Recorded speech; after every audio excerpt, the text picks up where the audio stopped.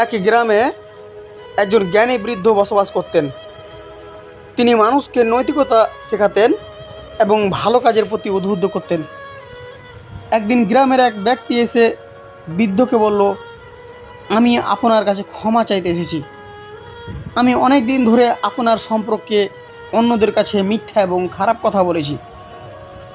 এখন আমি বুঝতে পেরেছি যে আমি ভুল করেছি। আপনি কি আমাকে ক্ষমা করবেন? বৃদ্ধ হেসে বলল, তুমি যা করেছো তা সহজেই ঠিক করা সম্ভব নয়, তবে আমি তোমাকে একটি কাজ দিতে পারি। তুমি কি সেটা করবে? লোকটি সানন্দে রাজি হলো।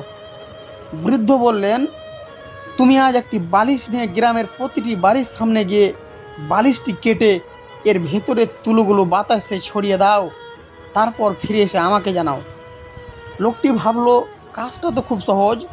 সে বালিশ নিয়ে সব তুলো ছড়িয়ে দিয়ে আবার বৃদ্ধর কাছে ফিরে এলো। বৃদ্ধ বললেন, এবার তুমি গ্রামে ফিরে যাও এবং সব তুলোগুলো একত্র করে আবার বালিশে ভরো। লোকটি বিস্ময়ে বলল, এটা তো সম্ভব নয়।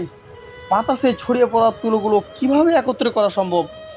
তখন বৃদ্ধ বললেন, ঠিক যেমন বাতাসে ছড়িয়ে পড়া তুলোগুলো একত্র করা সম্ভব নয়, তেমনি তুমি যে পরনিন্দা করেছো তা মানুষের মনে ছড়িয়ে পড়েছে, তা ফিরিয়ে আনা আর সম্ভব নয়। তাই কোনোদিনও কারো সম্পর্কে পেছনে খারাপ কথা বলবে না, কারণ তা শুধুমাত্র তার নয়, তোমারও ক্ষতি করবে।